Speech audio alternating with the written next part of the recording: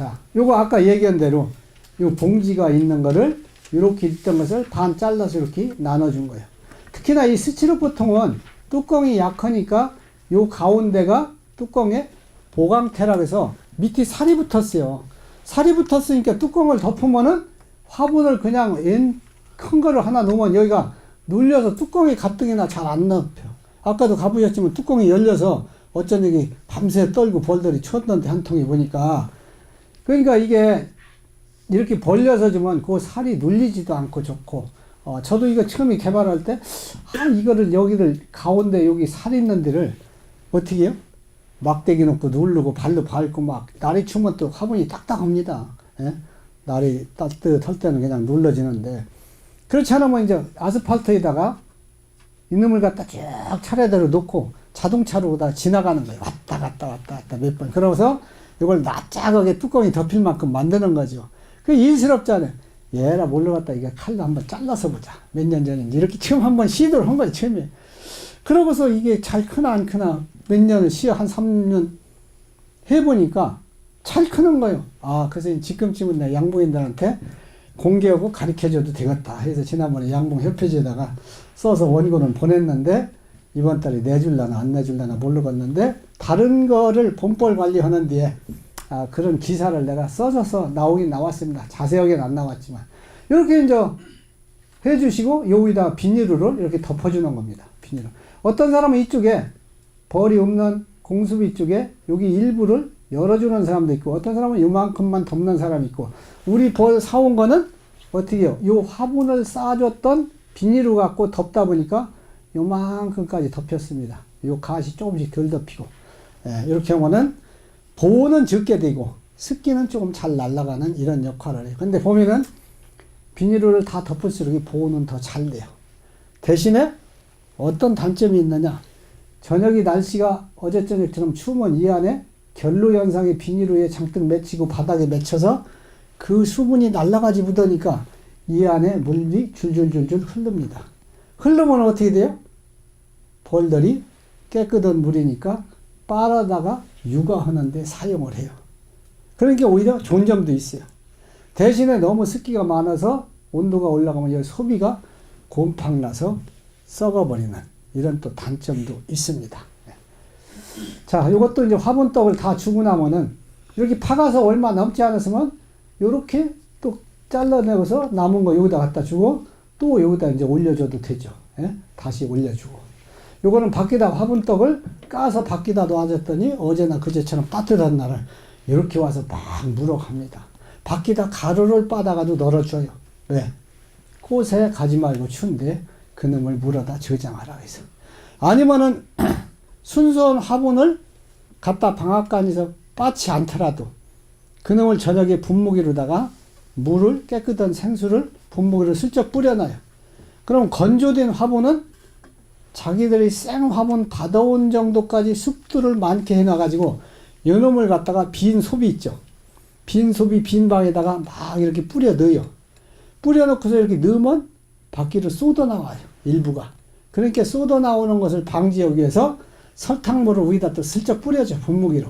그렇게 해서 딱 벌집에다가 넣어놓으면 벌들이 붙으면 어떻게 돼요? 그놈을 입이로다가 다 새로 물어온 화분처럼 저장을 하고서 먹습니다. 이렇게도 하는 이제 일이 좀 돼서 그렇지.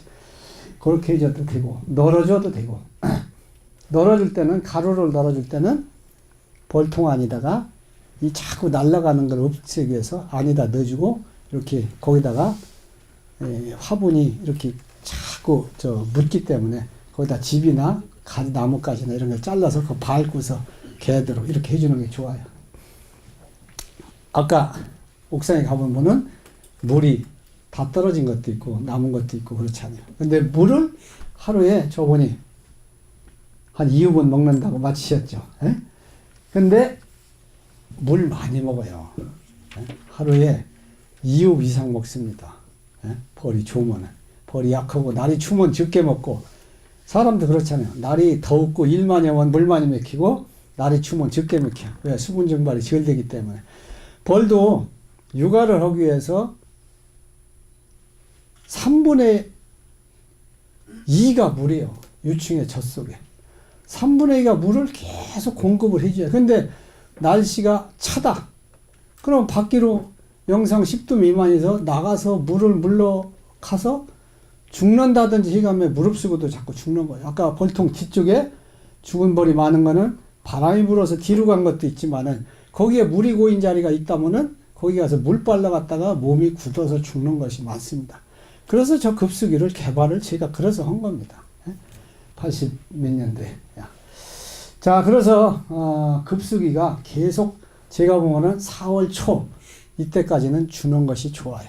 어렵지만은 저도 요새 저녁마다 다니며 줍니다. 낮에는 바쁘니까 저녁에 가서 후라시 불 비치고서 쫙 내일까지 먹을 거를 부족하겠다 하면 주고 또 많이 남은 건 놔두고 이렇게 하고서 그처럼 아침에 가면 아침에 가서 저도 아무 때나 내가 수시로 오는데 떨어지지 않도록 해주는 것이 좋습니다. 그런데 물을 줄 때 남은 데다가 또 주고 하다 보면은 물이 썩는 경향이 있어요. 당연히 오랫동안 고이니까. 그러면은 급수기에 있는 물이 어떻게 해요? 뿌여져요. 뿌여진 것을 냄새를 맡으면 신냄새가 납니다. 그럼 신냄새, 여러분들 뭐 신물 먹으라고 먹겠어요? 벌 새끼 길러놨는데도 저런 거 주면 병나죠. 그러니까 그런 경우는 싹 쏟아버리고 너무 냄새가 심하다 물로 한번 헹기고 그러고서 새로 물을 주도록 이렇게 해주는 것이 좋습니다. 자, 또 이제 유충이 제일 잘 걸리는 병이 뭐냐? 부적병이야. 부적병. 미국에서 주로 걸리던 미국 부적병. 유럽에서 걸리는 유럽 부적병. 근데 우리나라 다 와 있어요. 뭐 유럽, 미국 할 거 없이. 근데 증상이 틀립니다. 균이 틀리고. 그런데 미국 부적병은 봉충이 된 봉원 상태에서 그 안에서 썩어가지고 색깔이 커피 색깔처럼 코처럼 쭉 늘어납니다. 여기 뚫어보면은. 그러고서 냄새가 상당히 독하게 나고. 그러면 벌들이 청소도 못해요. 그는 물어다 코처럼 썩은 걸 갖다가 시체가 다 썩어서 흐물흐물한 걸 가지고 물어다 버릴 수가 없어요. 벌들이. 그러니까 요놈이 가만히 기다립니다. 벌들이. 그래서 이제 내부에 열이 있으니까 조금씩 말라 들어가고 말라서 아래 비늘처럼 달라붙었을 때 그때 청소를 하고 아주 새끼를 갈 공간이 없는데 이게 얼른 말라비리지 않는다. 그때는 벌들이 땜빵식으로다가 중간에다가 방을 새로 개조를 해요. 중간에다가 벽을 쌓는 거죠. 벌방이 깊이가 이 정도 되는데 이 중간에 새끼 썩은 위에다가 이렇게 밀랍을 분비해서 다시 벌방 밑에처럼 만들어요.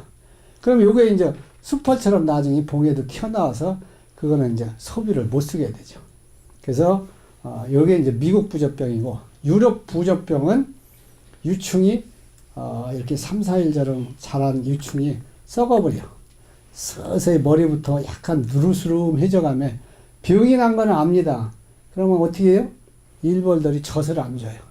그러니까 그 안에 젖이 빡빡해지고 그러다가 이제 혹시나 기다리다가 물어내서 버리죠. 버리면 어떻게 돼요? 그냥 이제 다시 일벌이 또 청소를 하고 다시 알을 가죠. 그러면 옆이 벌하고 크던 날짜가 칭화가 나니까 봉할 때 매끈하게 봉해지지가 않아요. 그렇지 않아요. 그래서 뭐 양봉가들 쉽게 여기서 대패로 미루는 것처럼 아주 봉충이 아까 보시면은 깨끗하게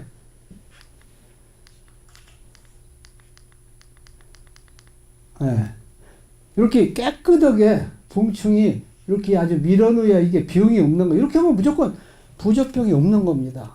근데 나중에 이제 또 나오겠지만은 이게 곰부를 진다고 해서 뻐끔뻐끔뻐끔하게 심하게 지면은 이게 되게 유럽 부적병이 온 상태예요. 그렇지 않으면 과보온 피해돼서 습도가 부족해서 유충을 크는 것을 뽑아냈다든지 둘 중에 하나입니다. 발생 시기는 어느 쪽에 발생 시기는 대개 초봄부터 납니다. 부적병이 가을까지. 예, 무조건. 그래서 한번 걸리면은 약제를 해주셔야 되고 그렇지 않으면은 자연 치유가 잘 안 되니까 자연 치유를 이제 면역력을 높이려면은 벌을 강하게 붙여야 돼요. 강하게 붙이면은 저 병이 잘 안 옵니다. 약하게 붙이면 무조건 와요. 약하게 붙이면 없던 것도. 자, 그래서 항생제를 주는데 항생제는 반감기라고 있어요. 약이 반이로 성분이 줄어드는 시기. 근데 항생제는 요새 의사의 처방 없이는 못 쓰게 하잖아요.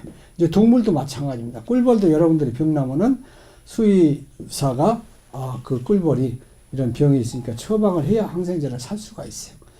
이래서 이놈 가지고 옛날에는 어디다 줬느냐? 사약에 설탕물에다 주었어요. 설탕물을. 근데 제가 가만히 해보니까 설탕물에다가 유충이 많이 먹는 건 아니에요. 유충의 젖 속에 로얄젤리도 유충의 젖이에요. 여왕벌 새끼의 젖이니까 똑같아요. 근데 달지가 않습니다. 당도는 뭐 한 5%나 될라나.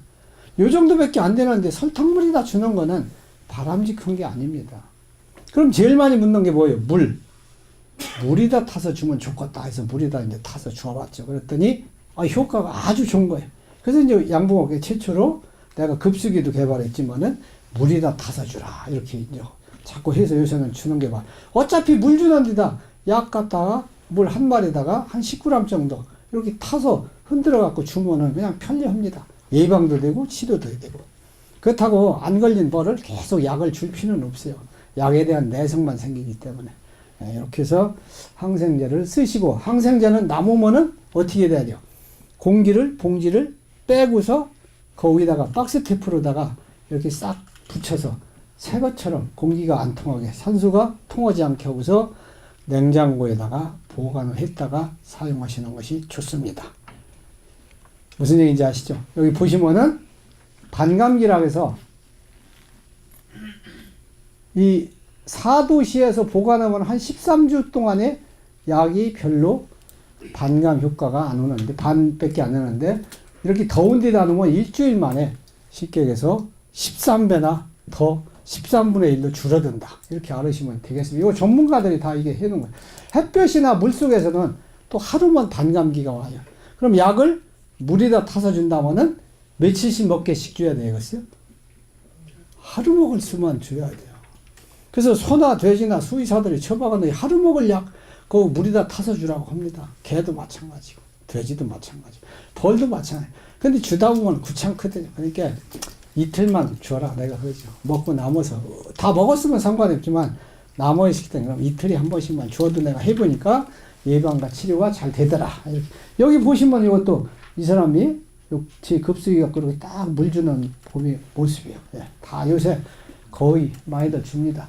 이렇게 보면은 여기 벌 붙은 벌들이 자세히 안 나왔지만은 봄에 한 10여 마리가 붙어서 물 쫄쫄쫄 빨아가고 아주 날 춥다가 따뜻하면 요런 데까지 붙어가지고 여러 마리가 몇십 마리도 빨아가기도 합니다. 자, 이제 오래 주면은 주다 보면 여기가 때가 껴요. 곰팡이도 끼고 또 여기 물때도 끼고 이것도 깨끗지가 않잖아요. 그러면은 한 번씩 병 닦는 거 갖다가 닦아주시고 아니면은 찌개기를 털어내주시고 이렇게 해주시는 것이 좋습니다. 네. 아니면은 다 건져다가 낙스물에다가 담갔다가 빼내면 깨끗해지죠. 그리고 물로 이제 닦아서 줘. 낙스를 싫어해요, 벌들이. 출입구 앞에다 낙스를 물 타서 10배 정도 타서 뿌려서 확 소리 내가면 다 겨들어가요. 그래서 이동할 때 간혹가다 씁니다. 여름 같은 때 이동하려면 출입구에 막 벌이 늘어붙으면 안 들어가거든요.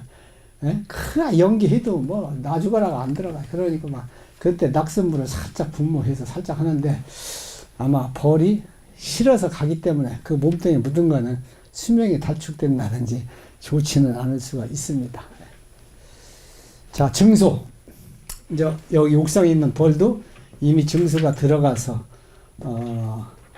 좀 늘어난 벌입니다. 원래 월동벌보다는 지금 이제 증소를 제가 기르는 벌도 그렇고 다 하고 있어요. 그래서 아까 얘기한 대로 기산란이 다 가서 다 가면 알갈데가 없으면 어떻게 해요? 일벌들이 뒷장에 제일 가깝게 벌이 많이 붙어있는 소비의 가운데를 알갈자리를 청소를 하기 위해서 꿀을 파서 옮깁니다. 그렇게 하면은 이게 벌써 왕이 넘어가려고 하는구나. 그래서 이제 왕이 넘어가서 알을 낳죠. 그러니까 요때쯤이 그냥 놔두면 지가 넘어가서 알 가요. 아주 밀폐해서 꽉 막지 않는 이상은 밑에 격리판이나 사양기 밑에 공간이 있기 때문에 넘어가서 알가가 또 어지간히 가다가 다시 돌아오고 이렇게 하거든요. 그래서 뒷장벌이 충분하게 있을 때만 증수를 해주고 뒷장벌이 반밖에 없다. 3분의 2밖에 없다. 그러면 해주시지 마세요. 아무리 알갈띠가 없어도 그냥 놔뒀다가 하는 것이 안전합니다. 절대로 서두르지 마시고. 기온이 어제쯤 증수하려고 했는데 오늘 추워진다. 이렇게 알았을 때는 굳이 하루 먼저 하실 필요가 없어요. 차라리 그냥 이 추위 오늘 내일까지 추워진다니까 넘어갔다가 모레쯤에 하면 됩니다. 서둘러 안 해도. 지가 알아서 갈 데가 없으면 넘어가고. 자, 증수를 할 때는 한 5매까지는 사양기 뒤에 있는 소비를 바로 제키고서 안쪽에다가 그냥 살짝 하나 제키고 뒤에 거를 안쪽에다 넣어주시면 돼. 이걸 가운데다 굳이 넣으려고 할 게 없어요. 가운데다 넣으면 산란은 제일 빨리 갑니다. 근데 대신에 날씨가 추워졌을 때 기존의 새끼들이 피해가 입을 수 있고 또 가시다 놓으면은 지가 형편껏 그 새끼를 기르든지 알을 가든지 해요. 여건이 좋으면 가고 여건이 나쁘면 안 가고 거기 있는 벌이 이쪽에 육아 기존에 하던 대로 달라붙기 때문에. 자, 이렇게 해서 한 5매, 6매까지는 가시다 해주고 6매, 7매 이렇게 되면은 한 장 정도 기존에 육아하던 것을 제키고서 그 안에다가 해주라고 합니다. 왜? 여왕벌은 알을 갈대를 찾으려고 계속 돌아다니는데 2매, 3매, 4매, 5매 이렇게 때는 매수가 적으니까 여왕벌이 얼른 가시 있는 소비를 잘 찾아 들어가요. 근데 7매, 8매 이렇게 되면은 그 가세 오기 전에 가운데가 알갈띠가 많으니까 거기 알가다 보니까 이 가세 잘 안 가요. 그래서 그때부터는 한 장 정도 제키고 안에다 넣어주는 것이 좋다. 이렇게 얘기를 합니다. 3번, 4번 사이에다가 집어넣으라는 얘기인가요? 그러니까 가운데다 넣어줘도 좋지만은 가운데까지 벌리려면은 소비를 여러 장 벌려주고 또 일을 하려면은 그만큼 시간이 더 들잖아요. 되게 한 장 정도만 벌리고 넣어도 잘 찾아옵니다. 그 정도까지. 한 장 많이 넣어주면 2장 이 정도만. 그래서 꿀 들어올 때는 소추로 해주고 꿀이 들어오기 전까지는 기존에 쓰던 작년도 묵은 소비로 해주는 것이 좋고 또 묵은 소비 중에는 수펄집이 없는 거 또 우선 식량이 있는 것부터 쓰는 것이 좋고 너무 묵은 집도 오래된 것은 사용하지 않는 것이 좋아요. 왜? 방이 한 번 태어날 때마다 거기다 얇은 막을 하나씩 씌워 놓으니까 그게 때문에 소비도 무거워지지만은 방의 크기도 적어요. 방의 크기도 적으면 어떻게 돼요? 여자들이 임신을 했을 때 어떻게 보면은 임신은 거기가 너무 좁아서 뭐 적어가지고 아니면 뭐 혁대를 뭐 단단하게 한다든지 해서 공간을 좁아서 애가 적다든지 그럴 수도 있거든요. 벌이 적게 태어납니다. 그래서 오래된 건 벌이라 그래요. 너무. 심지어 이런 것도 있어요. 우리나라 사람이 특허를 냈는데 과거 이 양반은 양봉도 안 난 사람인데 내 사무실에 몇 번 찾아와서 만났는데 진드기가 봉월 때쯤 들어서 알을 낳아서 이놈이 진드기가 태어나잖아요. 진드기가 태어나면 주로 어디에 달라붙느냐 하면 요 가슴하고 이게 머리라면 가슴하고 배에 거기가 짤록 하잖아요. 짤록 한 데가 거기가 공간이 제일 많아요. 공간이 많으니까 여기에 붙어 달려서 체액을 빨아먹어서 그 자리가 상처가 납니다. 근데 이 벌집을 조그맣게 해서 기르면은 이게 벌이 방은 적은 데서 이렇게 식에서 제 정상적인 체형이 아닌 여기도 오므러져서 지고 여기도 오므러지니까 어떻게 해요? 이 공간이 좁아지니까 진드기가 눌려서 죽는다는 거예요. 이걸 특허를 내가 그때 미국에다 수출하는 걸 봤는데 사실은 좀 생리에 안 맞죠. 여러분들 뭐 합격축 해서 수박 같은 거 네모진 수박 나오잖아요. 원래 수박이 동그란데 네모진 틀에다가 길러니까 네모지는 거예요. 진드기를 못 크게 해서 방을 일부러 줄린 겁니다. 토종벌과 서양종벌의 중간 크기로다가. 그래서 결국은 뭐 성공은 거두진 못했어요. 그러나 하나 연구 가치는 있다 이렇게 알으셔야죠. 그래서 수펄방이었고 식량을 가급적 많은 거로 해주시고 그래서 벌써 다음에 사양기 뒤에다가 또 차기에 증수할 거를 미리 예상을 해서 식량이 조금 많은 거로 대줘야겠다. 소비가 조금 좋은 거로 대줘야겠다. 왜? 밖에서 있던 것을 찬 거를 갖다 증소해주면은 어떻게 돼요? 갑자기 뱃속에 얼음덩어리 같은 게 들어오는 거나 마찬가지예요. 추운데. 그럼 어떻게 돼요? 감기도 걸리고 싫죠. 벌도 마찬가지. 뒤에 벌이 잔뜩 달라붙어서 청소도 일부 해놓고 식량도 많은 것을 넣어주면은 별 탈 없이 아무 지장이 없습니다. 그렇게 미리미리 해놓는 것이 제일 좋아요. 자, 부젖병이 감염됐던 거는 옛날에는 다 태우라고 했어요. 근데 이 소비 한 장에 2,400~500원이 가는 데다가 소초강 한 장에도 거기다가 또 뭐가 있어요? 그걸 짓느라고 꿀을 들어갔어요. 꿀이 얼마나 되느냐? 소초 짓는 그 밀랍 양의 10배 정도가 들어가요. 10배 정도. 쉽게 해서 100g의 밀랍을 가지고 집을 한 채 친다면은 쉽게 해서 1000g의 꿀이 들어갔다. 이렇게 보셔야 돼요. 그렇게까지는 안 들었지만은, 그래서, 소비를 가급적이면은 물로 깨끗이 몇 번 씻고, 또 아니면 방사선 조사를 하면 좋은데, 그것도 또 돈이 돼. 여주에 가면 그린피아라고 해서 방사선 조사를 우리나라에서 해주는데 유일하게 있어요. 이것도, 제가 양봉학에서 최초로 화분을 소독하는 것을 그때 6년물산 주식회사라고 이름이 지금 바뀌었지만 붙어나가지고 그때 6년물산 주식회사에 83년도인가 그게 3년도인가 4년도에 준공식을 가졌어요. 그래서 그때서부터 내가 화분을 석고병이 걸리니까 방사선 소독을 해서 매갔다 해서 이걸 갖고에 해서 알아내가지고 그때 이제 이걸 처음 시도를 했습니다. 근데 지금은 아주 이제 보편화된 상식이에요. 화분 방사선 조사하는 게. 그렇게 해서 이제 부젖병도 거기다 소비만 소독하면 깨끗한데, 그거 2번씩 갖다 맡기고 또 2, 3일 있다 찾으러 가야 돼요. 그러지 말고 물로 깨끗이 세척하고 벌을 세게 착봉을 붙이고 이렇게 하면 거기다가 프로폴리스를 발라가며 자기들이 어떤 방어 역할을 합니다. 살균 역할. 부젖병이 감염된 소비를 어떻게 구분할 수가 있습니까? 눈으로는 확인이 안 되고, 그러니까 남이 벌을 기르다가 다 실패했다. 그럼 저 부저에 걸려서 실패했을 확률이 높습니다.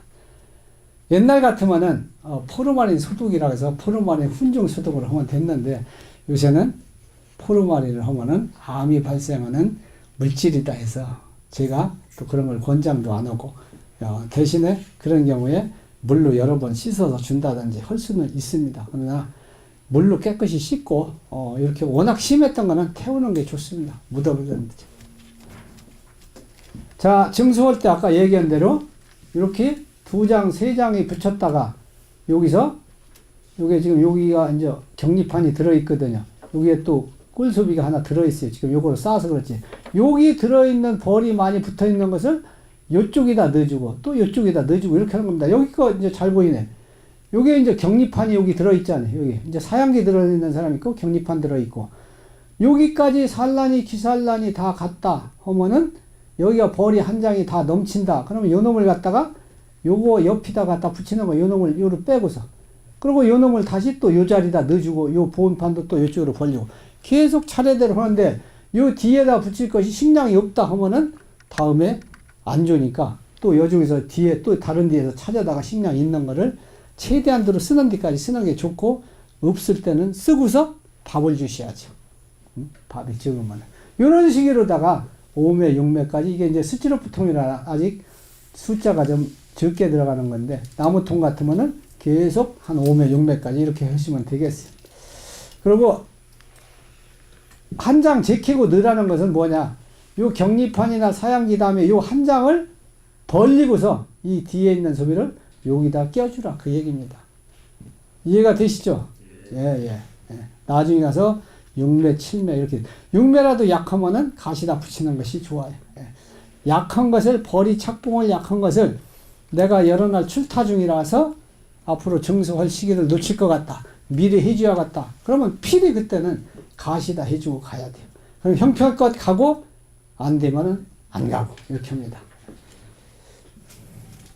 식량 공급인데 봄에 가을에 식량을 충분히 준 사람들은 봄에 안 주고 길러도 되고 그렇지 않으면은 줘야 돼요. 저는 되게 가을에 많이 주고 봄에 귀찮으니까 안 주고 거의 봄벌을 길릅니다. 예, 하나도 안 주고서. 그래도 까딱없이 커요. 봄에 안 죽어도. 장단점은 있어요. 봄에 설탕물을 주면은 자극적인 효과를 해서 열을 내고 습도를 높이는 역할을 하지만은 벌이 또 체력 소모가 되고, 또 잘못하면은 날씨 추운 날 식량을 주면 설사풍 같은 게 찾아올 수가 있습니다. 옛날에 이제 보온이 약할 때 제주도 가서 2월 중순이나 하순에 기르면은 3월 초에 꼭 한파가 옵니다. 예? 이번에도 한파가 오지만 3월 초에 이제 영하로 떨어지는 한파가 오면은 기르던 유충을 보온이 약하니까 파내요. 그럼 기르던 걸 한번 파내고 나면은 그 벌이 쭉 늘어나던 타이밍이 쫙 죽어버려요. 그 시기만큼. 그러니까 이놈의 거를 어떻게 하면은 피해를 안 입고 연장을 시킬 수 있을까? 추위가 그렇다고 해서 막 일주일씩 오는 게 아니거든. 대개 이틀 정도만 그 고비를 넘기면 돼요. 이틀을 고비를 넘기려니까 자극 사양을 시키는 겁니다. 자극 사양을 그 당시에 무슨 자동 사양기가 있는 것도 아니고 추운 뒤 보온물 다 벗기고서 뚜껑 열고 하나씩 주기도 그러니까 주삭기 있죠. 주삭기로 꿀물이나 설탕물을 뜨뜻하게 녹여가지고 물을 좀 많이 타가지고 주삭기로다가 출입구에다가 잘 벽에다 대고 콱 눌러요. 한 5cc 정도. 그럼 저 벽에 가서 탁, 그 사양액에 꿀물이 튀어서 막 나가면 벌들이 좋다고 빨아먹죠. 그러면 그놈을 가지고 추위를 쉽게 해서 난로불 쬐는 셈이요. 자기가 열을 내니까 임시방편이 됩니다. 하루 저녁 2번만 하면은 한파가 영하로 올 때 추위로 인해서 새끼를 파내진 않아요. 근데 여러 해를 하다 보니까 어떤 부작용이 생기느냐? 설사병이 생겨요. 추운 뒤 벌통 또 바닥이나 벽면에 지저분한데 세균이 많이 묻은 뒤에 꿀물이나 설탕물이 떨어지다 보니까 이놈을 빨아서 그래서 그 다음부터는 내가 이제 농가들한테 많이 가르쳐주고 권장하다 지금은 안 씁니다. 오히려 보온을 차라리 내려 덮어줘라. 옛날에는 보온 덮개가 없으니까 집만 갖고 오니까 어떻게 앞을 가려줄 수도 없었지만은 지금은 보온 덮개가 나오니까 그는 가지고 조금 더 덮어주면 됩니다. 아래쪽으로. 영하 지난번에 12도, 13도가 제 봉장에 내려갔는데도 보온 덮개 앞이 가려주고 하니까 하나 파내지 않았어요. 까딱없이 월동을 전 봄벌 기르다가 피해 안 입었습니다.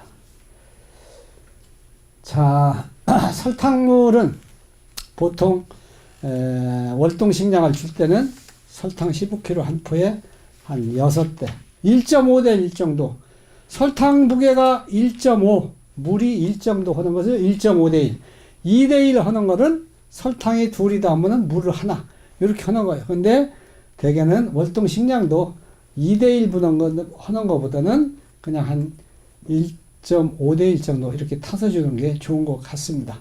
그래서 또 어떻게 보면 그 정도가 벌들이 제일 좋아하는 당도예요. 당도. 한 40몇 프로 이렇게 돼서 50%. 대신에 봄에는 물을 계속 줘야 되니까 설탕물을 계속 물 대신에 주는 사람이 있어요. 열도 내고 습도도 높이기 위해서. 그럼 어떻게 돼요? 식량이 너무 많이 나가서 식량이 처치곤란해.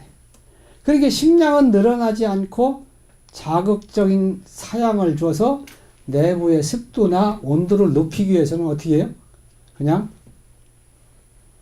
물을 많이 타는 거예요. 그러니까 이제 조금씩 더 타다가 6대도 타다 9대도 타다 한 말도 타다 요새 2말 타는 사람도 있고 심지어는 3말 타는 사람도 있다고. 그렇게 해서 어지간히 주지만은 그러면 들쩍지근하니까 이제 빨아가고 이놈을 가지고 빨아가서 물이 많으니까 어떻게 해요? 수분 증발을 하기 위해서 계속 선풍이라 해서 날개로다가 바람을 일으키고 자기가 몸뚱이를 움직이니까 열이 나는 거예요. 열이 나니까 추운 뒤에 육아 온도를 올리기가 수월하고 대신에 벌은 체력 소모가 빨리 되죠. 또 아주 추운 날은 설사병이 생길 수 있고 이게 너무 많이 타는 것은 그렇게 좋은 건 아닙니다. 물은 물대로 주고 설탕물은 설탕물대로 주고 그래서 저는 한 말 이상 타라고 권장을 하질 않아요. 봄에도. 자, 그 정도 타서 주시면은 좋고 하루에 한 0.5흡 정도씩 이렇게 주면은 두 가지를 충족할 수 있다. 늘어나는 것도 좀 방지가 되고 또 추위가 온다든지 이런 것도 막아줄 수 있는 이런. 그래서 벌이 많으면은 자동 사양기를 설치해서 해주는 것이 좋고 그렇지 않으면은 저녁 때 일찍 사양기나 아니면 급수기를 주면 문제는 뭐냐면 날씨가 추우면은 앞에 찬바람이 들어와서 급속이 있는 것을 여름엔 잘 빨아가는데 잘 못 빨아가요. 그럼 앞을 가려줄 때는 잘 가져갑니다. 보온덮개로 찬바람을 막아준다든지 이럴 때는 잘 가져가요. 그 대신에 아침에 남아 있으면은 어떻게 돼요? 설탕물 냄새를 맡고 다른 놈들이 와서 도둑질을 하러 와요. 그럼 어떻게 돼요? 그 설탕물을 아침에는 다른 벌들이 오기 전에 따라내고 다시 물을 보충하지 않은 이런 어려움이 있습니다. 예. 2매, 3매 이렇게 해서 봄벌을 기르면은 점점 아래 가고 터져 나오면은 식구가 늘어요. 늘어서 보편적으로 4매, 5매 착봉이 되고 뒤에 벌이 한 장 이렇게 넘치면은 이때서부터는 낮에 엊그제 20도까지 올라갔죠. 예? 낮 기온이. 이렇게 올라가는 날 보온덮개를 많이 덮어준다든지 아니면 앞에까지 내려준다든지 하면은 내부가 너무 열이 높아지면 어떻게 돼요? 열이 더워지면은 건조해지잖아요. 건조해지면은 물을 주는 것 같고 감당이 안 됩니다. 한마디로 스트레스를 받아요. 어지간히 적당히 건조하면은 물을 계속 물어다가 하는데 그 도가 지나면 물을 안 물어가요. 아무리 주어도. 그러면은 유충을 죽여버립니다. 그럼 엄청나게 손해요. 진드기 피해보다 더 많이 피해를 입어요.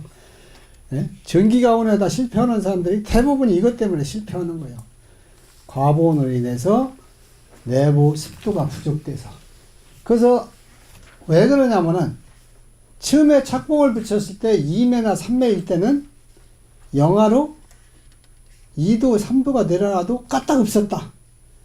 근데 봉충이 3매, 4매, 2매 이렇게 늘어나면은 그 봉충 속에서 태어나지 않은 벌들이 열을 냅니다.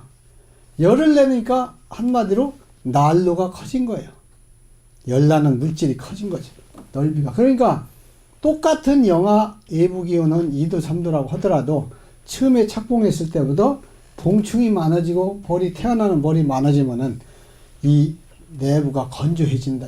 그럼 딱 건조해지면 어떤 증상이 오느냐? 아까 비닐우개프를 위에다 씌웠을 때 결루 현상이 와서 아침이나 저녁에 가보면 물방울이 허옇게 맺혀 있었는데 기온이 높아지고 내부에서 열이 나면은 그런 물방울이 하나도 안 보입니다.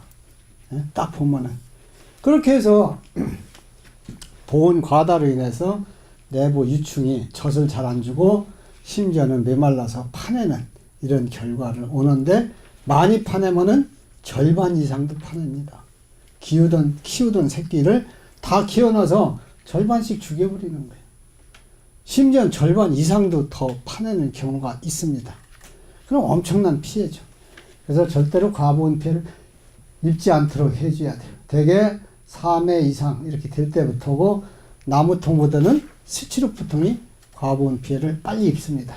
좀 따뜻하기 때문에. 전기가 온할 때 보온덮개나 비닐을 저녁에 춥다고 해서 어제 저녁같이 추운데 벌은 지금 저 정도 세력을 큰 거를 땅까지 내려주면은 과보온 피해를 입을 수 있는 확률이 높아져요. 예? 봄에 착봉을 처음 시켰을 때는 땅까지 내려줘도 영하 1, 2도라도 상관이 없지만 어제 저녁에 영하 여기 몇 도 올라갔는지 내려갔는지 모르지만 영하 2도다. 예? 그러면은 내려주면은 안 돼요. 사실은. 또 낮에 또 투명한 비닐을 덮어서 복사열을 많이 받으면은 낮에 왕창 더워지면은 저녁 때 해가 져도 한참 그 열이 갑니다. 열이 가가면서 내부의 습도를 자꾸 메말르게 해줘요. 이런 데다가 저녁에도 또 그러면 얼른 좀 춥게 해가지고 또 결로현상의 습도를 신선한 공기가 두르게 하는데 그게 아니다. 그러면은 결로현상이 옵니다. 참 저 과보온 피해가. 예. 또 봄에 우리나라 기후가 건조한데 건조할 때 이런 증상이 많이 와요. 그래서 이 저 과보온 피해라는 것을 아까도 내가 초기에 얘기했지만은 제가 이 용어를 만들고 요거에 대해서 제일 많이 양봉인들한테 내가 이걸 설명을 해서 이건 너무나 잘 알아요. 제가 조합장에 가면 제 자랑 같지만은 90년대에 우리 농가들이 엄청나게 피해를 많이 입었어요. 대다수가 입는다 해도 과언이 아닐 정도예요. 그래서 다니며 전국에 많이 지도를 해줬습니다. 그래서 지금은 이제 사람들이 상당히 여기에 대한 상식이 많이 쌓여 있어요. 산란력이 첫째가 떨어지고 두 번째 아침이나 저녁에 이렇게 여러분들이 이게 추운지 더운지 알려면은 이게 개포다. 예? 이게 개포고 여기가 손잡는 부위에 쉽게 얘기해서 양쪽에 손잡는 부위다면은 여기를 뚜껑을 살짝 들고 이렇게 살짝 봅니다. 개포를 살짝 들고 여기 손잡는 부위가 추우면은 어떻게 돼요? 약간 가운데 쪽으로 가요. 추우니까. 여기에 벌이 없으면은 약간 추운 증상이고 여기까지 벌이 충분하면은 춥지는 않은데 과연 과보온이냐 아니냐 요걸 이제 또 판단을 해야 돼요. 그럼 아까 착봉을 이쪽에다가 4매 5매 붙였다. 나머지 여기다가 격리판이나 사양기 뒤에 공수비나 꿀수비가 들어있다. 이쪽이 벌을 붙인 데인지 이쪽이 벌을 붙인 데인지 저녁이나 아침에 가서 보니까 불분명하다. 벌 숫자로 봐서 이거는 낮이 더울 때 여기 있는 벌들이 짜증나니까 열을 식히기 위해서 이 뒤로 넘어갔다가 휴가 갔던 벌들이 어떻게 돼요? 다시 돌아오야 하는데 기대를 않는 거예요. 이렇게 하면 이게 과보온 피해요. 예? 그러니까 이제 우리는 가서 개포만 딱 열어봐도 알고 또 더 자세히 하려면 요거를 요걸 벌을 털고 빼보는 거예요. 그냥 빼보든지 육아하는 소비. 육아 소비가 젖을 번질번질하게 잘 주면은 이게 적당하게 습도나 이런 게 맞는 거지만은 이것이 왜 젖을 안 주고 이상하다. 빡빡하다. 에? 이러면은 과보온 피해를 오는 겁니다. 과보온은 하루에 또 엄청난 피해를 입어요. 뭐 금방 며칠 감에서 입는 게 아니라 그래서 과보온 피해가 어떤 것부터 심하다. 또 아니면은 계속 식량을 파인겨서 알을 가니까 이렇게 위에 점일권도 초생딸처럼 이렇게 변하는데 그게 초생딸처럼 변하지 않아요. 선이 불병하고 여러 가지 증상이 나타납니다. 여기 자세히 보시면은 또 심으면은 옆에 같이 자라던 거와 유충을 4일 정도 큰 것을 파내고서 다시 알 같다. 그러면 최하 일주일이 차이 납니다. 일주일이 차이 나면 한쪽 옆이 거 잘 크던 것은 다 봉해서 봉충이 됐는데 일주일 차이 나니까 일주일 차이는 봉하진 않잖아요. 알에서 3일, 유충에서 6일, 9일이 돼야 봉하는데 일주일이니까 봉하진 않으니까 화기 차이 때문에 곰부, 일명 곰부봉충이라고 그래요. 곰부진 것처럼 빠끔빠끔빠끔 뚫어지는 거죠. 이러면 이게 이제 과보온 피해를 입는 겁니다. 또 물 안 줄 때 심하게 나오고 또 봉충 색깔도 윤기가 안 나요. 투명하니. 사람도 건강하면은 피부가 번질번질하고 혈액순환에 다해서 윤기가 해서 의사들이 딱 문 앞에 들어오는 거 얼굴 보고도 이 사람 건강하구나. 어디 다른 데 질병이 있나? 기본적인 건강은 있는 사람인데 이렇게 안다 이게요. 그 꿀벌도 봉충 색깔이 윤기가 나고 매끈하게 잘 되면 건강하구나. 근데 부적병이 왔구나. 이렇게 알 수가 있지만은 이게 과보온이 왔을 때는 색깔이 아주 안 좋습니다. 예? 건강하지 않은 사람이 피부 색깔이 안 좋은 것처럼. 또 벌이 잘 드러나지 않고 수명이 단축된다. 월동벌이 수명이 단축되면 얼마가 손해냐. 쉽게 해서 불과 40일, 50일밖에 되게 못 사는데 이 벌이 열흘을 먼저 죽는 거와 열흘을 늦게 죽는 거와는 엄청난 차이요. 열흘이면은 증수를 2번을 넣을 수가 있어요. 예? 적어도 2번 내지 3번. 앞으로 이제 날씨가 추우면. 그러면 2번이면은 2장을 더 길러낼 수 있는 벌이 일찍 죽는 거예요. 예? 그래서 수명을 단축하는 것은 벌이 늘어나질 않아요. 같은 아시아라도 우리나라와 동남아 사람과의 어떤 수명 차이가 많이 나잖아요. 예? 뭐 음식의 어떤 차이, 또 의료 어떤 시설이나 능력의 차이도 있지만은 기후가 더운 데서 사는 사람이 수명이 짧습니다. 예? 이 벌을 더욱게 기르면은 수명이 짧아져요. 그래서 너무 추면은 추운 것도 안 좋지만은 너무 더운 것도 수명이 짧아진다. 이렇게. 또 식량이 있는 곳과 육아 경계선이 아까 얘기한 대로 벌이 늘어나질 않고 단명한다든지, 또 아니면은 큰 유충, 작은 유충, 알, 이렇게 이제 이게 가급적이면 완만해야 좋습니다. 아까 보면은 산란은 한 소비 전체에서 한 절반 정도 갔는데 가운데는 봉충이 됐잖아요. 이거는 벌써 알에서 3일, 유충에서 6일, 또 안에 거 봉충된 시간까지 해서 한 10며칠이 됐는데 여지껏 이 뒤까지 산란이 못 갔거든요. 근데 이제 요새 15도, 20도 정도 이렇게 온도가 가면은 증수하면은 불과 4, 5일 만에, 또 아니면 5, 6일 만에 한 장이 싹 가요. 그럼 거의 동시다발로 봉충이 클 때는 되는 거죠. 근데 이게 너무 가파르게 된다 하면은 너무 추운 거고, 요런 이제 상황 가지고서도 보는 거죠. 예. 대개 비 오는 날은 저녁 기온이 아무리 1월달이든 2월달이든 추울 때도 영상 5도입니다. 그럼 어제 저녁에 영하 1, 2도 떨어졌다. 비 오는 날이 춥게 느껴지지만은 실제는 벌한테는 따뜻한 날이에요. 예? 사람만 습도가 높을 때 온도가 낮으면은 추운 것을 느끼지만은 벌은 안 그래요. 예, 그래서 이런 때 앞을 가리는 것을 조심스럽게 해 주셔야 돼요. 또 소비가 여왕벌이 새끼를 기르는 데가 제일 좋은 데 가서 알을 낳아요. 쉽게 얘기해서. 그러면은 착봉한 데가 3회 5회 해놨는데 귀산란을 다 가다 말고 왕이 튕기쳐 넘어가서 뒷장에 가서 알을 간다. 그건 왜 그러냐면은 이쪽에 기존의 착봉한 소비보다 뒤쪽에 육아를 하기 좋은 여건이기 때문에 넘어가는 겁니다. 무슨 얘기인지 아시죠? 예? 이런 여러 가지 정황을 가지고 과보온이 됐는지 이걸 아시는 거예요. 예. 또 아니면은 벌들은 숫벌을 분봉을 시키기 위해서 숫벌에 알을 낳습니다. 숫벌을 알을 낳기 전에는 앞으로 분봉을 예견해서 하는 거거든요. 여왕벌을 만들기 전에. 근데 숫벌을 만들려고 하니까 숫벌 집이 있어야 돼요. 벌집이 다 일벌방이 있으면 어떻게 돼요? 일벌방이 새소비를 자기들이 뜯어서 고쳐가지고 숫벌집으로 만듭니다. 그러면은 이게 과보온이 오고 있구나. 이렇게 알으시면 돼요. 되게 벌통 뒤에 또 온도계를 넣어봤더니 한 25도 이상 된다. 뒤에 벌통 뒤쪽에 그 보온덮개 사이 공간이, 그러면 이게 낮에 이게 과보온이 오는 기후입니다. 자, 여기 보시면은 이게 봉충이 이게 아까처럼 매끼하게 안 되고 막 곰보졌잖아요.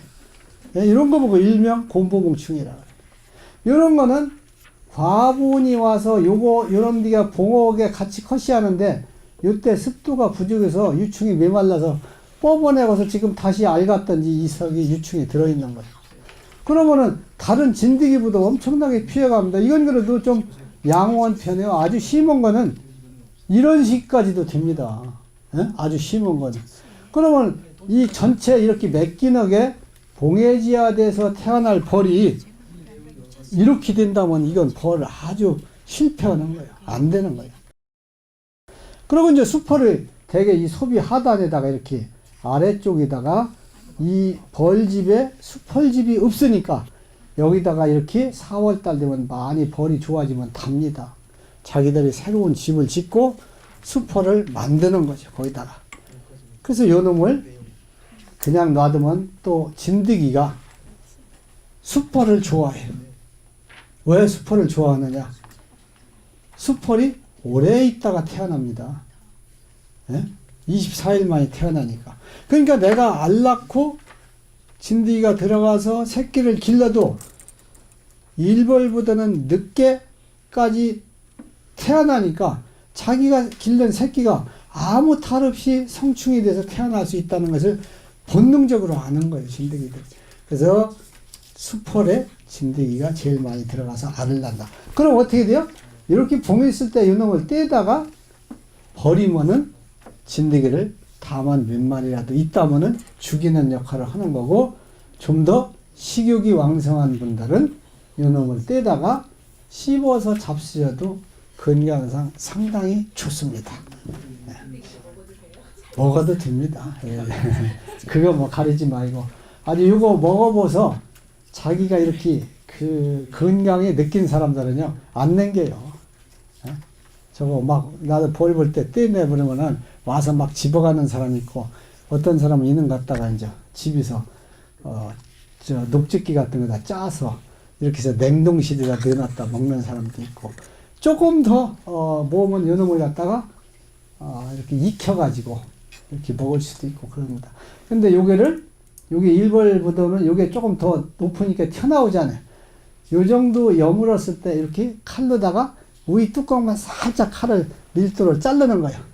그래서 솔 갖고 요 옆피를 툭툭툭툭 치면은 쟁반이나 넓은 그릇을 넣고 오면은 수펄이 톡톡 튀어나옵니다. 그래서 그거만 기름 살짝 넣고 소금 조금 넣고 프라이팬에다가 볶아 먹으면은 아주 건강한 수펄 요리입니다. 이 다음에 한번 우리 학생들 한번 잡숴보세요. 엽산이라는 물질이 엄청나게 농촌진흥청에서 몇 년 전에 연구했는데 박사들이 엽산이라는 물질이 다른 식품보다도 월등히 많다 그래. 그래서 남자들의 어떤 그 정력을 높인다든지 이런 데 상당한 역할을 한다고 합니다. 임산부가 먹으면 되겠네, 임산부. 좋죠. 임산부들이 특히 임산부들은 고단백질을 많이 먹어야 영아가 말하자면 그 이 뇌세포가 잘 발달한다 그래. 그러니까 여러분들은 이 다음에 며느리를 보든지 딸을 시집 보든지 하면 특히나 노엘제리를 가급적이면 많이 먹이는 것이 내 후손들, 자손들을 좋은 머리를 가지고 태어날 수 있는 기본을 해주는 겁니다. 그러고서 안 되면은 수펄이라도 잘 하고서 이거 수펄 아니다, 진짜 건강식품이다 이렇게 해줘도 됩니다. 자, 아까 소비 배열한 거 이렇게 이제 이게 자, 요게 사양기고 여기서부터 대개 2장 가지고 길른다든지 3장 가지고 길를 때 그러면 여기다 정수하고 또 뒷장 갖다가 또 여기다 정수하고 또 요놈 물리고 요놈 갖다 또 여기다 정수하고 이렇게 오시는 겁니다. 예? 이해 이제 충분히 되셨죠? 예? 요거를 자꾸 이쪽으로 가면서 요 뒤에 거 갖다 넣고 뒤에 거 갖다 넣고 뒤에 거 갖다 넣고 한 5매 6매까지는 그렇게 하라 이게. 그러고서는 7매 6매서부터는 요놈까지는 적어도 요놈이나 요놈까지 제키고서 이놈을 갖다가 여기다 넣어주라 이게. 예? 더 많이 넣으려면 여기다 넣고. 예? 그리고 특히나 소초를 진다 할 때는 이제 여러분들 이제 벌 사서 하면 벌집이 없으니까 벌집을 지어야잖아요. 예? 벌집을 지려면 어떻게 해야 되느냐? 이놈까지 이제 다 썼다 이게 지금. 예? 이놈까지 다 쓰고서 이제 뒤에 소비가 없다면 여기다가 소초광이라고 해서 노랗게 붙여둔 거 있죠. 접대 봤죠. 예? 요거를 여기다 넣어놔요. 여기다 넣어놓으면 벌들이 달라붙고서 거기다 집을 집니다. 자기 능력껏. 식량만 있으면은.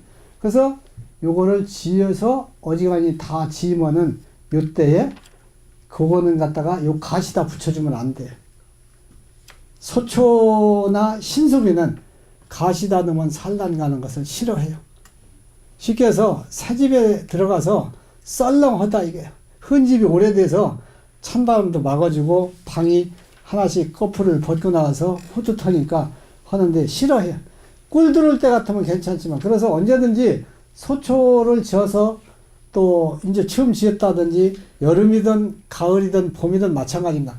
최소한도 이 사양기 제키고 요거 소비 안쪽 정도에는 넣어주시라 이렇게 말씀을 드립니다. 무슨 얘기인지 알았죠? 옛날에는 다 소초를 요거 한 장 지키고 아니면 2장 지키고 여기다가 소초를 넣었어요. 예? 그러면 싹 하루 저녁 사이에 짓습니다. 근데 어떤 결과가 있느냐? 아니다 지면은 분봉열이 난 벌에다가 소초를 붙여서 저 안에다 넣었다 하면은 그 중에 일부분은 수펄방으로 개조를 해버려요. 아예 바탕을. 그래서 수펄집을 일부 지어놓으면은 그 소비가 쓸모가 없어져요. 값어치가 떨어지는 게 아주 못 쓰는 건 아니지만은 경우에 따라서는 군데군데 해놓기도 하고. 그러니까 대신에 뒤에다가 소초광을 넣어서 지으면은 100% 일벌방만 짓습니다. 거기에. 그래서 일단 아시 기초를 일벌방위로 해놓고 여기다가 넣어주면은 대다수는 90몇 프로는 그대로 일벌방위로 유지를 하는데 그래도 분봉열이 심하고 수포를 만들어야 하는데 수포를 지을 데가 없다 하면은 일부는 그래도 또 새 집을 헐어가지고 기초를 바꾸는 경우도 있습니다. 네. 피해 방지. 그럼 과보온을 피해를 방지하는 것. 저녁에 보온 덮개나 비닐을 내려덮지 않는 것.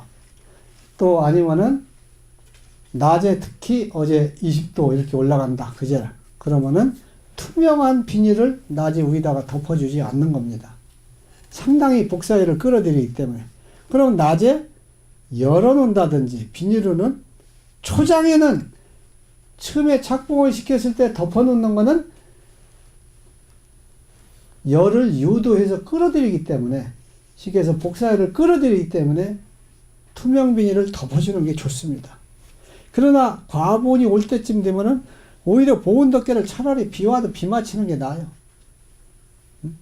비 맞히는 게 낫고 비닐을 넣어준다거나 아니다 넣어준다든지 이렇게 하는 것이 좋아요.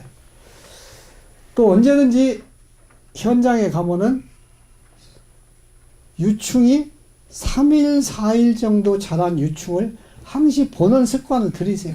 아, 젖을 잘 주나 안 주나, 윤기가 있게 번질번질 충분하게 주나 안 주나, 이게 빡빡하고 적게 준다. 그러면은 크다가 죽는 확률이 많아져요. 그러면 일명 곰보붕충이 생기는 거예요. 그럼 젖만 잘 주면은 아, 이게 온도가 적절하게 맞구나. 추우면은 무조건 젖은 잘 줍니다. 대신에 산란이 잘 안 가서 그렇지. 자, 그리고 보온물을 조금씩 자꾸 벗겨줘야 되고, 유봉이 많이 태어나면은 사약을 조금씩 주는 것도 좋습니다. 또 뒤편에 온도계를 넣고 한번 체크해 봤을 때 25도 이상 올라가지 않게 보온을 해주는 것이 좋고, 올라간다면 어떻게 돼요?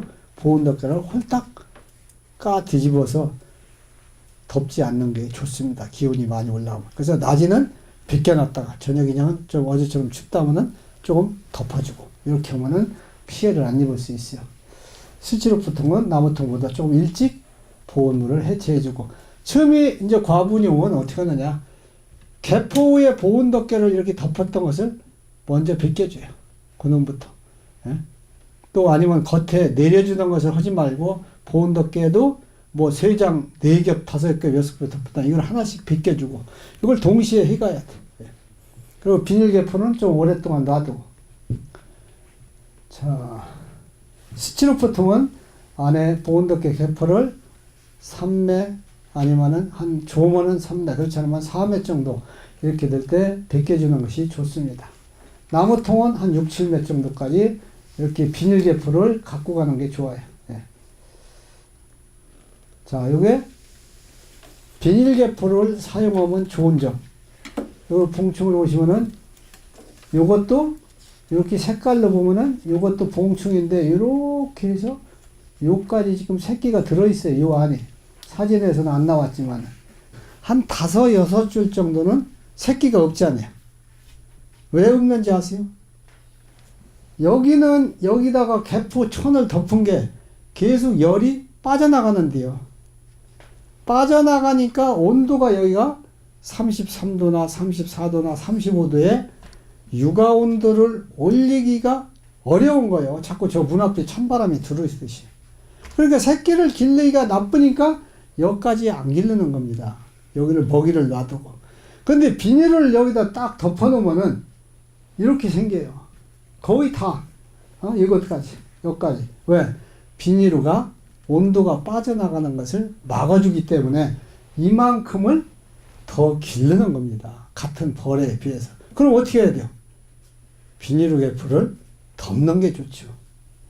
이게 벌써 내가 열애 전서부터 양봉학 세초 가르쳐 줬는데 아직도 하는 사람보다 안 난 사람들이 더 많아요. 근데 요새는 화분떡을 주다 보니까 그 비닐을 갖고 거의 다 덮습니다. 덮기는. 근데 100% 덮느냐 80% 덮느냐 70% 덮느냐 그런 차이만 있죠. 지금은. 예. 다 그렇게 덮는 식. 예. 어떻게 보면. 그래서 비닐루 개포를 적절하게 과본이 오지 않을 때까지는 덮고 가는 것이 좋다. 이렇게 알았어요. 그럼 추운 상태만 알아. 그러니까 봄벌은 식량이 있는 거 눈으로 확인되고 물 계속 떨어지지 않게 해주고 착봉 벌 아까 있는 대로만 해주고 나머지 여러분들이 더운지 추운지 과본인지 요것만 알면은 초보자라도 기술자예요. 초보자. 예? 전문가들도 요걸 잘 못해서 깜빡깜빡 도가 지나친다든지 부족돼서 피해를 입습니다. 예? 전문가들도. 그래서 추운 거는 아까 봄충이 됐는데 아직까지 기산란이 가지 않았다. 이게 추워서 슬슬 가니까 소비 한 장 가는데 오랜 시간이 걸리니까 이렇게 가팔아요. 예? 계단시계로 치면은. 또 유충에 젖은 뽀얗게 잘 줘요. 추우면은 잘 줍니다. 습도가 많기 때문에. 대신에 대포를 열어보면은 아까 손잡는 부위에 벌이 없다. 맥이 없어요. 또 그런 때 추울 때는 벌 쐬도 별로 아프지도 않습니다. 예? 또 출입구에 전혀 벌이 안 보인다든지 또 하단에 착봉한 3매, 4매 뒤쪽에 벌통에 물이 잔뜩 아침에 보니까 맺혀 있다. 결류현상에. 뒤쪽에 벌이 일부 붙는 공습이나 뒷장벌에 거기에 물이 맺히는 거는 당연히 생길 수가 있는데 착봉을 붙여놓은 뒤에 생기는 거는 벌이 약하다든지 보온이 약하다. 이렇게 알으시면 돼요. 그럼 보온을 좀 더 해줘야 좋죠. 아침에 봉구 형태를 흘러간다. 이렇게 쭈그러든다. 그러면은 이것도 추운 증상입니다. 자, 이렇게 이제 추우면은 더 넓히지를 못하고 요 밖으로다가 유곽관 밖에 화분을 싹 저장해다 놓고 요거만 기르고 있는 거예요. 요것도 요거만 기르고 있고 이런 것도 마찬가지예요. 이러면은 이제 추워지니까 착봉이 약하니까 일부 봉충도 유충도 뽑아내는 경향이 있습니다.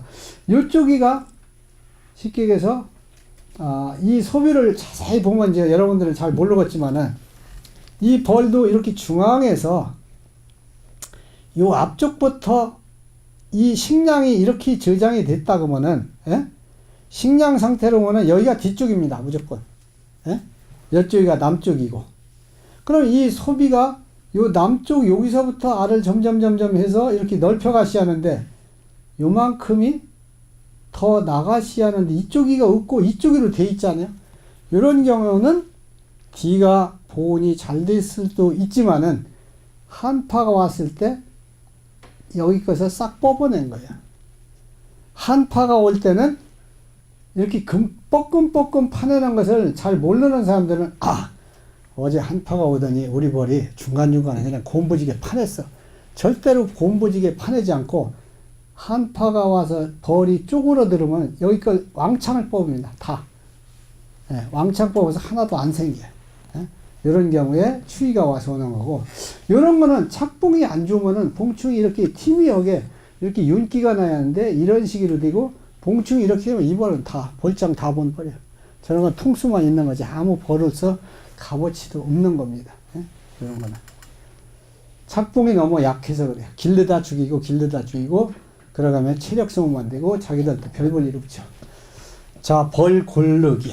이제 벌이 아까도 저기 가보면은 좋은 벌 있고 나쁜 벌 있고 그렇잖아요. 그러면은 적당한 시기에서 골라줘야 돼요. 예? 그러니까 벌은 똑고르게 커야 제일 잘 큽니다. 근데 언제든지 부익부 빈익빈이 돼요. 좋은 벌로 자꾸 몰리고 약한 벌은 줄어들고. 그래서 이런 경우에 되게 강군 6매 7매 정도가 되면은 이때부터 골라주는 게 좋고, 저렇게 실제로 보통은 통이 적기 때문에 6매 7매 되면은 분봉열 나요. 그럼 분봉열 나기 전에 벌을 빼내줘야 돼요. 왜? 분봉열이 한번 나면 도둑질하는 벌이 도복이 생겨도 잘 안 없어지듯이 쉽게 해서 분봉열도 한번 분봉하려고 하는 마음을 딱 먹고 나면은 시시때때로 분봉 나갈 그런 거리만 찾습니다. 벌들이. 그럼 어떻게 돼요? 여왕벌이 분봉 나가려면 알을 많이 실으면은 무거워서 날르지 못하니까 여왕벌이 몸을 줄여요. 줄이기 위해서는 알을 실치를 안 해. 알을 실치하니까 알을 얼마 안 나니까 지금까지는 많이 길렀지만은 분봉년이 나면 새끼를 안 까요. 알을 안 까. 그럼 그 다음에 그만큼 안 간 동안 벌이 늘어나지를 않는 거죠. 적게 늘어나. 그러니까 손해요. 그래서 분봉년 나기 전에 벌을 빼서 더 분봉년이 나지 않을 만큼 세력을 만들어져 가면 다른 약한 통에다가 보조를 해줘야죠. 나무통 같으면 한 7매, 스티로폼 가면은 5, 6매 때부터 이렇게 해주는 것이 좋습니다. 대개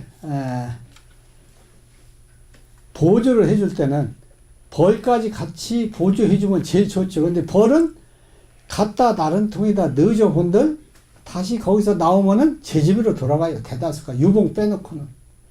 그런데다가 그 벌을 갖다 넣어주면은 가만히 우리 약하니까 웬 떡이냐, 식구들이 많이 불어서 좋다, 뭐 양자라도 많이 받아서 좋다 이렇게 그냥 받아들이지 않습니다. 이놈들이 도둑놈인가 해갖고 잘못하면 떼거지로 다 죽여버려요. 한 장벌을 넣었다, 한 장벌을 다 죽일 수도 있습니다. 그러면은 봉충이나 유충은 살려주지만 나머지, 그러니까 가급적이면 보조를 할 때, 벌을 골를 때 벌은 안 따라가고 다 털어버리고 솔로 봉충만 갖다 주는 거예요.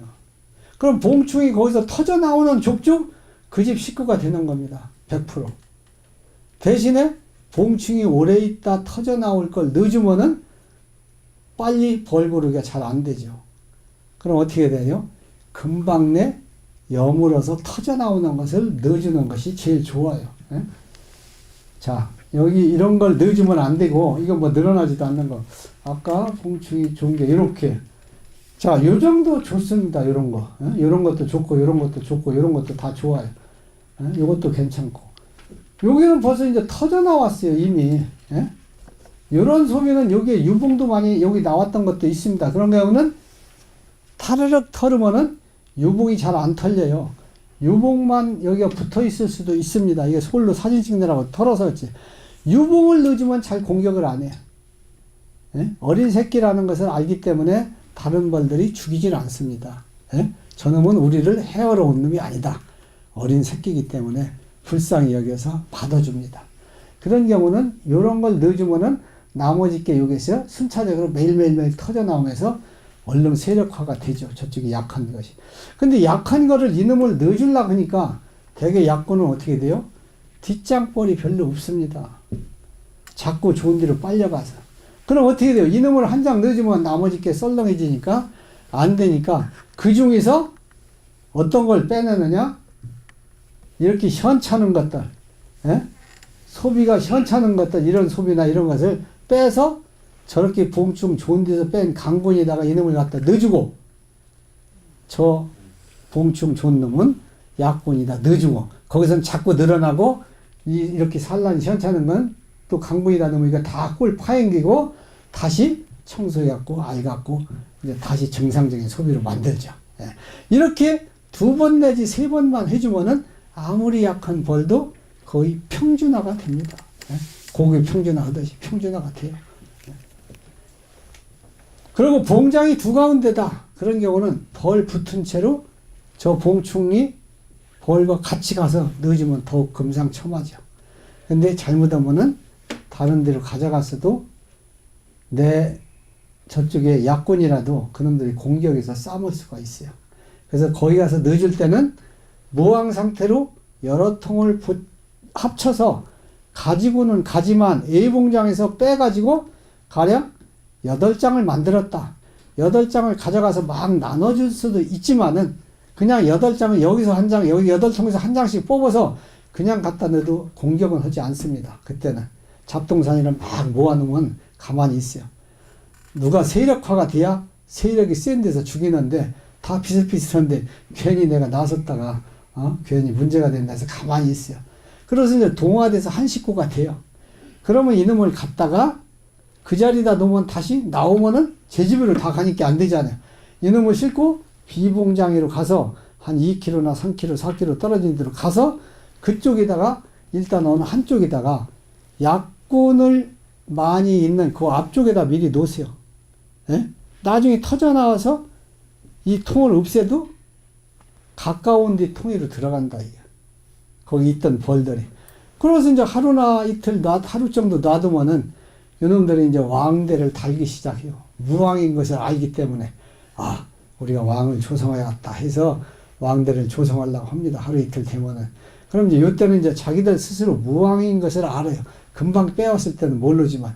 그래서 무왕을 딱 느껴서 알았을 때는 해질 무렵에 저녁 때쯤에 벌 붙은 채로 이놈을 빼다가 약혼에다가 연기를 팍팍팍팍 해서 약혼도 연기를 마시게끔 해서 연기를 마시면 어떻게 해요? 불안하니까 배가 그들먹하게 꿀을 먹습니다. 그럼 배가 그들먹하게 먹으면은 그 벌들이 불안을 느끼지 않고 공격을 하려고 하는 습성이 줄어들어. 여러분들 뭐 배가 부른데 놈들이 와서 내 밭에 와서 뭐 조금 따갔다 아유 뭐 오죽에서 그거 가져갔겠어 놔둬 이러지만 나도 먹을 것도 없는데 그걸 와서 식량을 훔쳐갔다 이 새끼가 가서 봐라 가서 고발해야지 신고해야지 하잖아요. 그래서 이렇게 해서 식량을 그들먹하게 먹을 때 그 벌을 넣어주고 연기를 해주면은 잘 동화가 됩니다. 이게 훈연합봉이라 그래요. 훈연합봉. 예. 자, 이렇게 이제 뭐, 이런 벌이 7매 정도가 되면은 이 중에서 찾아서 이렇게 봉충이 막 터져 나오는 제일 좋은 거, 제일 면적이 넓은 거, 또 제일 시간적으로 빨리 태어날 것을 털어다가 해주고 거기 걸 갖다 넣어주라. 이렇게 하면 됩니다. 이제 이해가 되셨죠? 예. 자, 분봉열이 나오면은 어떻게 돼요? 이 아래다가 땅콩 같은 왕대를 답니다. 예? 여기 왕대 하나씩 아래로 있는 게 이렇게 하면은 이제 분봉열이 나서 요거는 불과 이제 2, 3일 안에 분봉이 납니다. 그냥 놔두면은. 그러니까 분봉열이 나기 전에 다른 데다가 보조할 것은 미리미리 해야 돼요. 분봉열이 나기 전에. 다른 통으로 옮겨야 돼 저거. 다른 통. 아니 이제 이거를 내가 분봉을 시키려면 요 왕대를 쓰는 거고 안 하면 미리미리 다 제거시켜야지 저렇게 되기 아니, 전까지. 물통을 늘리려면 늘리려면은 요 놈을 잘 신짓단지처럼 우여가지고 요 놈을 잘 이제 날짜를 계산해서 우리는 보면 요게 내일 날 나올 건지 내일 날 건지 알지만은 여러분들은 그렇게 단계는 한참 지나야 알으니까 요 놈을 잘 놔뒀다 그냥 이놈 한 장을 갖다 놓고서 딴 데다 갖다가 한 2장 넣어놓으면은 같이 요거랑 이 중에서 태어난 놈 중에 싸움을 해서 한 놈만 남습니다. 예? 서로 여왕벌이 태어나면은 여기서 동시다발로 나오게 만들어요. 여왕벌이 그냥 예? 쉽게 해서 강자가 살아남는 세상을 본능적으로 그렇게 왕을 만들 때부터 해놓습니다. 1차로 동시다발로 나오는 거 2차로 동시다발로 나오게 이렇게 해서 여기서 이제 서로 타협해서 분봉이 나갈 수가 있고 안 죽이고 그렇지 않으면은 여기서 지가 먼저 태어나자네 그러면은 다른 놈을 태어나서 제일 먼저 하는 게 뭐냐 여기저기 타라님의 후계자가 나랑 싸움을 놈이 생기나 안 생기나 막 찾음해 봐가지고 요 옆구리를 딱 물어 뜯어가지고 옆구리 다리나 이 저 날개 있는데 다리를 잘라버려요. 그래서 죽여버립니다. 예? 인정사정 없어요. 대통령 한 자리인데 둘이 할 수 없잖아요. 왜? 후계자 그냥 안 놔두잖아요. 내가 후계자처럼 싹수가 있고 키워야겠다면 키워주지만은 그렇지 않을 때는 인정사정 없으니 뭘 올가면 씌워서 그냥 처치해버리잖아요. 응? 김정은이가 자기 공무도 그냥 기관총으로 사살하는 거와 똑같습니다. 그렇게 죽이나 물어서 다리 물었고 몸뚱이 해서 죽이나 완전히 다 제거시켜버려요. 근데 동시에 막 터져 나오면 이제 죽이지 못하잖아요. 그땐 1대1로 붙어서 침을 쏘고 싸웁니다. 그래서 사생결단을 내요. 둘이 붙으면 한 마리 죽습니다. 적기에 최대 예역분 만들기. 봄에 여러분들 벌을 기르려면 아가씨꿀을 제일 많이 떠야 여러분들의 농가 소득을 높일 수가 있습니다. 왜? 우리나라의 꿀 생산량의 70% 정도를 아가씨꿀로 차지하기 때문에 어떤 사람은 뭐 100% 차지합니다. 다른 꿀 못 뜨는 사람은. 아가씨꿀은 그러나 제주도를 제외한 도서지방을 제외한 대부분 지역에서 다 떠요. 제주도 같은 데는 아가씨아도 없지만은 섬 지역이다 보니까 꿀이 잘 안 나요. 백령도 같은 데도 덜 나고 이 온도가 한 25도 이상 올라가고 26도 때가 제일 잘 납니다. 근데 뭐 23도, 2도, 1도 이렇게 가면 꿀이 나긴 나도 아주 물만 많고 시원찮아요. 그러면 꿀이 얼마 못 뜨죠. 그래서 고산지대나 해변가, 섬지역 이런 데가 적게 나요. 자, 5월 8일부터 빨리 피면은 늦은 데는 6월 초까지 피는데 대관령 같은 데는 6월 중순까지도 핍니다. 남북 통일이 된다면은 지금 이쪽 몬산이나 파주나 여기서 철원에 마지막에 아가씨꽃을 보는데 다시 개성진 가서 한번 볼 수도 있고 아니면 평양 가서 한번 보고 신의주 가서 한번 볼 수가 또 있습니다. 그러면은 아가시아를 지금 3차 뛰는데 5차 정도가 볼 수 있죠. 우리나라와 면적이 큰 차이는 없는 헝가리 같은 데 아가시아 나무가 많습니다. 이렇게 감자 비슷하게 생겼어요. 생긴 땅덩어리가. 근데 헝가리는 일찍 피는데 남쪽과 북쪽의 화기가 열이틀 정도밖에 차이가 안 납니다. 헝가리에는. 아가시아가 많은데도. 그러나 우리나라는 적어도 20일 차이가 나며 남한서만 해도. 대관령 같은 데 내가 언제까지 일부러 내가 한 2년 가봤는데 6월 18일도 있어요. 아가씨 꽃이. 6월 18일 날도 내가 꿀 따고 왔어요. 네? 6월 18일. 근데 아가씨 나무가 별로 없어서 그렇게 아가씨 꿀, 순선 꿀 뜨기가 쉽진 않아요. 근데 어쨌거나 5월 초 10일서부터 펴서 전방에 철원 같은데 6월 초까지, 5월 말까지 간다고 하더라도 최소한도 3주, 2주는 갑니다. 참 20일은 우리나라 남한의 아가시아 화기는. 그럼 쉽게 해서 헝가리보다는 적어도 일주일 이상 화기가 길어지는 거예요. 아가씨 꽃은 한 화기에 대개 일주일이면 집니다. 모르는 사람들은 뭐 오래 가는 것 같지만은 딱 꿀이 잘 날 수 있는 기간이 딱 일주일이에요. 그러니까 일주일, 꽃이 최대한대로 많이 펴서 꿀 들어올 수 있는 시기를 딱 계산해서 일주일 되는 날 딱 싸질머지고 이동할 것을 계산해야 돼요. 미리 점 찍어서.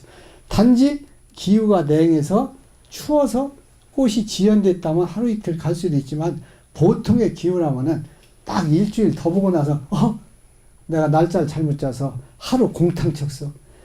꽃이 일주일 가는데 하루 공탕 치면 엄청나게 7분의 1이 손해인 게 아니라 이틀에 꿀을 한 번씩 뜰 정도면은 반번 뜰 거를 손해보는 겁니다. 아니면 3분의 1 뜰 거를 손해보는 겁니다. 그러니까 타이밍을 한 번 놓치면은 엄청난 타격을 입어요. 아가씨 꽃 때. 이동하는 업자들. 그래서 이동 날짜를 잡는 것도 중요해요. 그리고 아무리 벌을 봄에 잘 길러도 너무 일찍 길르면은 늙은 벌들만 많아져서 늙은 벌이 많으면은 분봉열이 많아져요. 또 늙은이가 일을 하면은 지게질을 해도 얼마 하겠어요. 많이 못 하잖아요. 여러분들이 아마 무거운 짐을 지는 거를 똑같은 품값을 주고 산다면은 나이 드신 분 불쌍하다고 데려다 일 시키려고는 안 할 거 아니에요.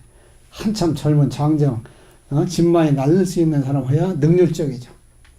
그래서 벌을 길러도 내 지역의 시흥 지역에서 아가씨 꽃이 5월 23일부터 핀다. 그러면은 23일, 4일, 5일 이때 아가시아 예역을 제일 잘할 수 있는 뭐를 얼마나 많이 확보하고 있느냐가 제일 중요해야 돼요. 근데 꿀벌은 태어나면은 처음부터 꿀을 물어오는 게 아니라 어릴 때는 청소하고 육아하고 이러다가 밀랍을 분비해서 한 12, 3일 되면 밀랍 분비해서 집 짓다가 꿀 물고 화분 물러 오는 게 제일 어려운 일이기 때문에 18일 정도 되어야 꿀을 물러 갑니다.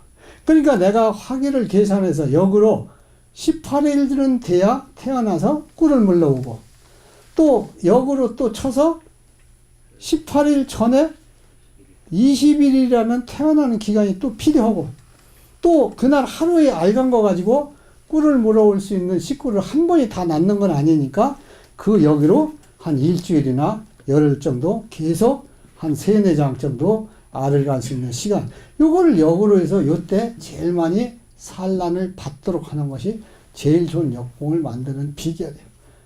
그래서 어떤 사람은 너무 일찍 시작해서 벌이 넘쳐서 분봉열 나서 망쳤다. 이런 것이 노인네만 됐고서 꿀을 물러오도록 하는 거고, 너무 늦게 시작하고 세력이 약한 거 가지고 길르다 보니까 흥분해처럼 애들만 박실박실 하는 거예요. 예? 먹는 것만 많고 물어오는 거는 적다. 또 워낙 식구가 없으면은 중학생이나 고등학생이 돈 불러 나가는 것처럼 어린 벌들이 꿀을 물러도 갑니다. 그러나 그거는 꿀을 얼마 못 물어온다 이게요. 꿀 물고 나중에 보세요. 꿀 물고 이 아래에 이렇게 해서 탁 비행 와서 떨어질 때는 뚝 떨어집니다. 예? 그래서 좀 정신 차려가지고 기어 들어갈 정도에 얼마나 무거운지. 예? 여러분들 한번 옛날 80kg 전 해봐서 하는데 80kg 쌀 저 5층 아파트 한번 지고 올라가면 후들후들해요 다리가. 예? 그 몇시가만 올리면 진짜 벌이 물고 올 때는 아주 그렇게 들어 배가 이렇게 쭉 쳐져가지고 툭 떨어지니까 벌써 아주 배가 부르게 표시가 나요. 자, 그래서 그걸 역으로 계산해 봤더니 이동하는 사람들은 최성기가 3월 23일부터 4월 15일 사이 산란을 했고, 전체는 3월 14일에서 25일. 쉽게 해서 이것저것 따질 거 없이 여러분들은 내 지역에 뻔나무 꽃이 필 때쯤에 산란을 최대한 많이 받도록 해야겠다. 이렇게 관리를 해야겠다 하면은 내 지역의 아가씨꽃 예역봉을 만드는 시기랑 딱 맞아떨어집니다. 대다수는. 그리고 또 가만히 있어도 요 시기 버스에서 꿀 들어오고 화분 들어오면은 육아하기 좋은 여건이라 잘 가요. 그러니까 너무 미리 서둘러서 정수할 게 아니라 벌이 좋다면은 조금 정수를 늦췄다가 요 시기에 왕창 산란을 가도록 유도하는 것도 좋습니다. 산란할 곳이 없다면은 계상이나 가상이나 12매상을 이렇게 올려주는 것도 좋습니다.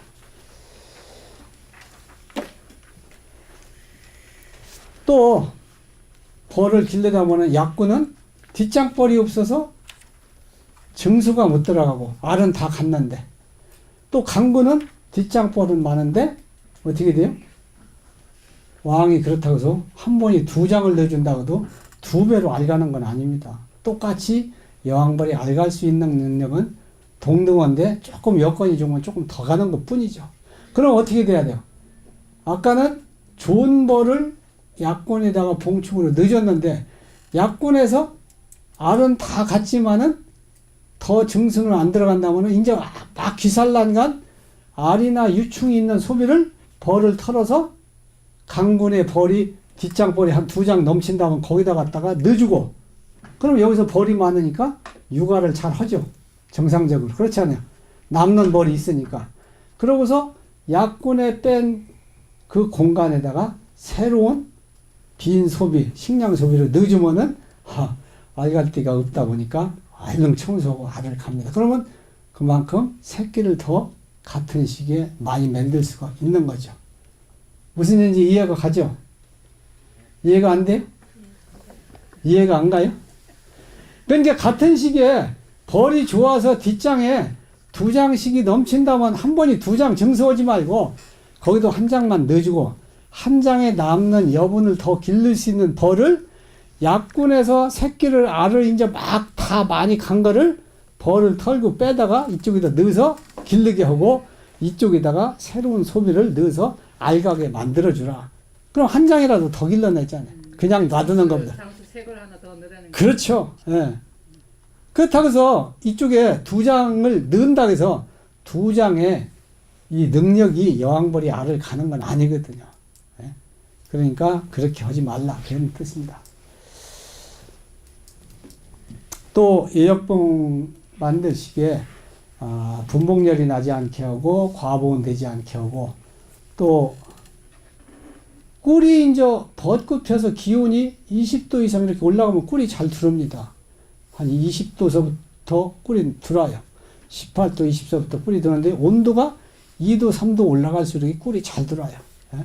그럼 20도쯤에 꿀 들어오는 거고 25도 때 꿀 들어오는 거는 꿀 들어오는 차이가 엄청나게 차이가 나요. 그러면 너무 꿀이 많이 들어올 때는 꿀을 소비처를 만들어주는 게 좋아요. 막 식량이 너무 많아서 꽃가루가 또 막 물려들면 너무 많아가지고 살라는 공간이 없어져요. 그런 경우는 소초를 지라 이게. 왜? 소초를 지면은 밀랍 들어가는 양의 10배 정도 가깝게 9배, 10배가 소모가 되기 때문에. 그래야 그만큼 육아를 할 수 있는 면적이 넓어지는 거죠. 그렇잖아요? 아무리 예역봉만 많으면은 내역봉이 없으면 어떻게 해야 돼요? 예역봉이 그 일을 담당합니다. 그러니까 늦게까지 내역을 할 수 있는 집도 짓고 청소도 하고 육아도 하고 하는 내역봉 일도 적어도 3분의 2 이상 있어야 된다. 이렇게 알으시면 되겠어요.